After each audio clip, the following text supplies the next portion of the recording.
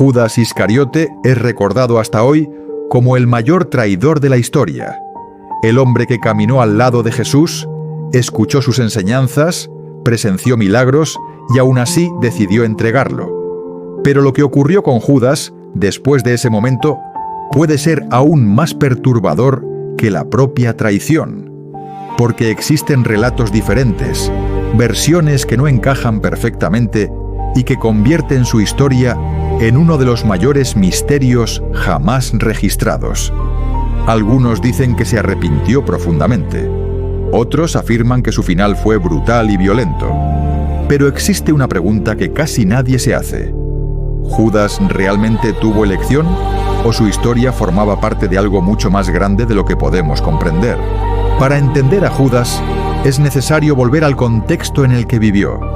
Judea en aquel tiempo estaba bajo el dominio del Imperio Romano, un período marcado por la opresión, impuestos elevados y un pueblo cansado que esperaba desesperadamente a un libertador, un Mesías, pero no un líder espiritual como muchos imaginan hoy. Ellos esperaban un rey, alguien que se levantara contra Roma y restaurara el poder de Israel.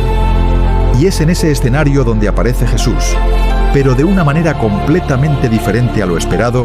No lidera ejércitos, no convoca rebeliones ni busca poder político.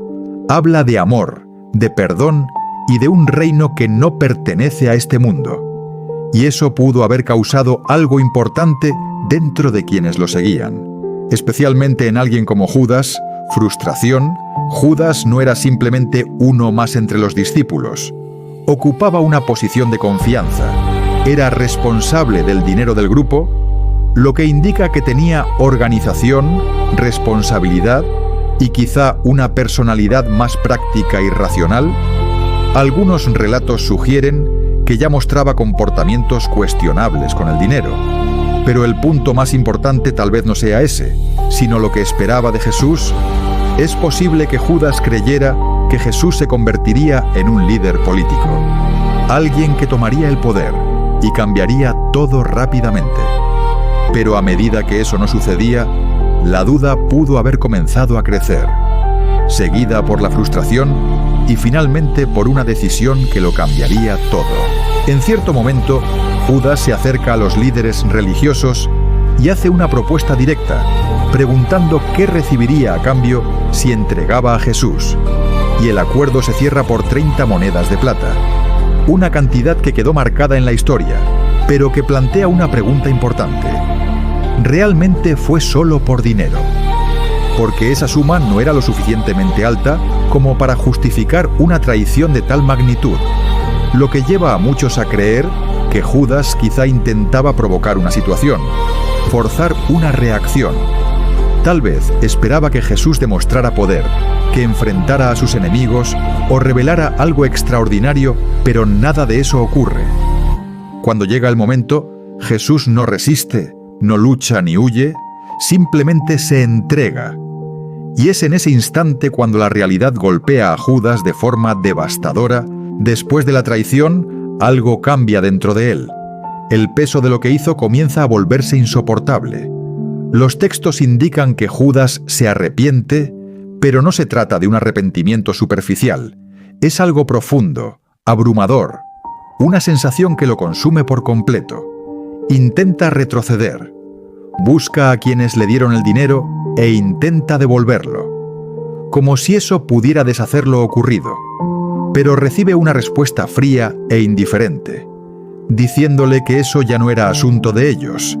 Y en ese momento Judas queda completamente solo, sin apoyo, sin dirección y sin ninguna posibilidad aparente de redención. La culpa empieza a dominar su mente y todo comienza a derrumbarse.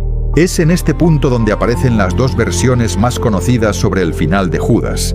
En la primera, no soporta el peso de la culpa y se quita la vida. Un final silencioso marcado por la desesperación y la incapacidad de enfrentar sus propias acciones. Pero existe otro relato que describe algo mucho más violento y perturbador. Según esta versión, Judas cae y su cuerpo se rompe de forma brutal. Una imagen impactante que parece reforzar la gravedad de sus decisiones. Estas dos narraciones plantean interrogantes. ¿Son relatos contradictorios o partes de un mismo acontecimiento? Algunos estudiosos creen que Judas pudo haberse ahorcado y posteriormente haber caído, mientras que otros sostienen que los textos tienen propósitos distintos, uno enfatizando el arrepentimiento y el otro las consecuencias.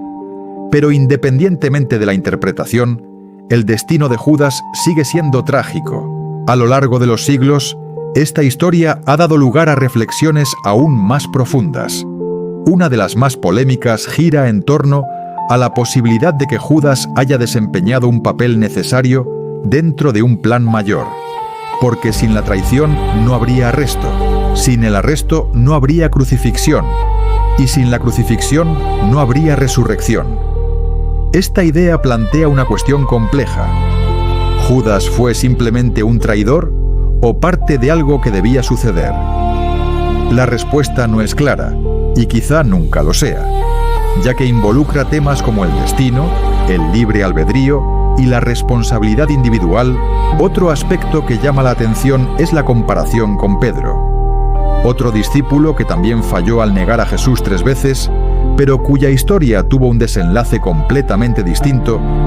Pedro encontró un camino de regreso, mientras que Judas no, lo que sugiere que la diferencia entre ambos puede no estar únicamente en el error cometido, sino en cómo enfrentaron sus consecuencias. Mientras uno buscó redención, el otro parece haber sido consumido por la culpa. Al final, la historia de Judas va mucho más allá de una simple traición. Habla de decisiones, de consecuencias y del peso de vivir con lo que se ha hecho. Su nombre se convirtió en un símbolo a lo largo de los siglos. Pero detrás de eso había un hombre, alguien que estuvo cerca de la verdad y aún así tomó un camino diferente. Y quizá eso es lo que hace esta historia tan inquietante, porque en el fondo no trata solo de Judas, sino de cualquiera que haya enfrentado dudas, errores y arrepentimientos.